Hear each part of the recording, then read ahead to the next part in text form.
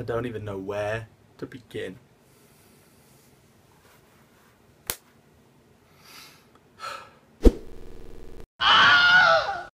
Geek of the Week's a little different this week, and Nikita might yell at me for stealing the format from Geek of the Weekend, but hey, she stole the name from me, so evens. So Comic-Con has been and gone, and boy did it leave us with some talking points.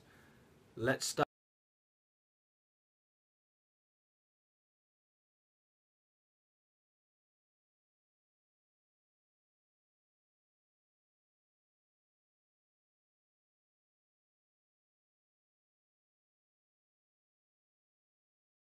If you've not seen the awesomeness that is this new footage, click there and you'll be able to see it. Onto the panel itself, and they went through quite a few things. They brought out the old guard, brought out the new guard, and more importantly than any of that, Harrison Ford was on stage, and it was really nice to see him on stage with the rest of the guys. He did look a bit awkward, but then he did quip in when they were saying how ridiculous some of the lines they had from the first movies were, and he joined in with a few of his own. So that's nice that he's still somewhere in there, he still remembers, and that's why we love him. So, apart from that, what else happened? Well, there was a slew of news and teasers about all the new TV stuff coming out. Lucifer, DC's Legends of Tomorrow, all got little expansions on what we thought they were. Vixen, the new DC animated series, got a teaser trailer as well. And sticking with the animated universe, Alan Moore's Killing Joke is going to get a adaptation, finally, helmed by Bruce Timm, the guy who brought us the amazing Batman animated series from the 90s.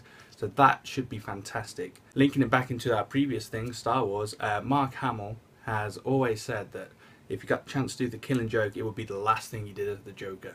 So we'll see if that comes true. You got to imagine it has, because he is the Joker. Sticking with Batman, Dark Knight Returns author and illustrator Frank Miller has been confirmed that he will actually be doing some of the artwork on the new Dark Knight novel that's coming out either later this year or later next year. I assume it will be next year. It's going to take a while to do. This kind of split fans. His art isn't always considered some of the best, especially on DK2.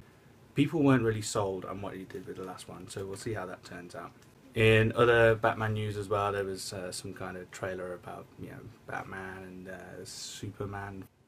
Yes, we got to see an extended trailer for Batman vs Superman: The Dawn of Justice. This trailer did many things to me, but mainly it actually gave all of us an idea of why the two were actually fighting. So we all seen the set footage of Ben Affleck on the streets in his Bruce Wayne getup.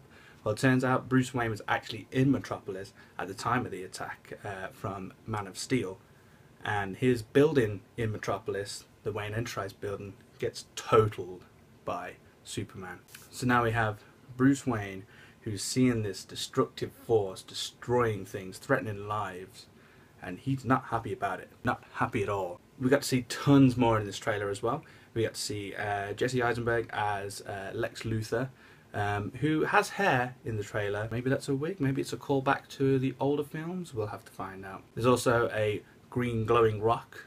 God knows what that's got to do with Superman. We also got to see so many cool shots of the two of them fighting, and we got to see Batman swinging him from a grappling hook, which I don't think we've seen in the movies before. We've seen him launch and like go up in the air, but we haven't actually seen him swing with the grappling hook, Arkham Knight style. So kudos to that. Wonder Woman, we got to see a little bit of Wonder Woman in action. Not very much. Couldn't be clear who she was fighting with, fighting for, but yeah, she's actually in the picture, so that's good. Suicide Squad, that got a San Diego Comic-Con exclusive trailer, which if you're like me, you might have seen on YouTube. So we get to see what Leto's Joker is actually going to be like, and it's pretty much what we see in the photo. All the tattoos are still there. We didn't really get to hear much of his voice, or at least you couldn't really hear it very clearly over the clip that's on YouTube. So that will probably come out at some point. Maybe there'll be a cleaner cam version, but we'll get there soon. It's amazing they got a trailer out at all. They've been filming the last few months, which we've all seen on the internet. We've pretty much seen the entire film being filmed on the internet. But to piece it together in such a short time, it's pretty phenomenal. It's not out until after Batman vs Superman, so that's pretty damn cool. A noticeable absence from Hall H this year was Marvel Studios. Now, Fox were there promoting X-Men and Fantastic Four and Deadpool, but Marvel Studios themselves, so the guys behind the Avengers and all the Iron Man films, they weren't actually there. So all the presence that was there was from the actual booth they had, and that was all Ant-Man related, obviously. I mean, that comes out in 2 weeks, I think, or 1 week, rather. End of this week. Yeah. It's Ant-Man, who cares? So yeah, that's just a brief recap of everything we've seen at San Diego Comic-Con.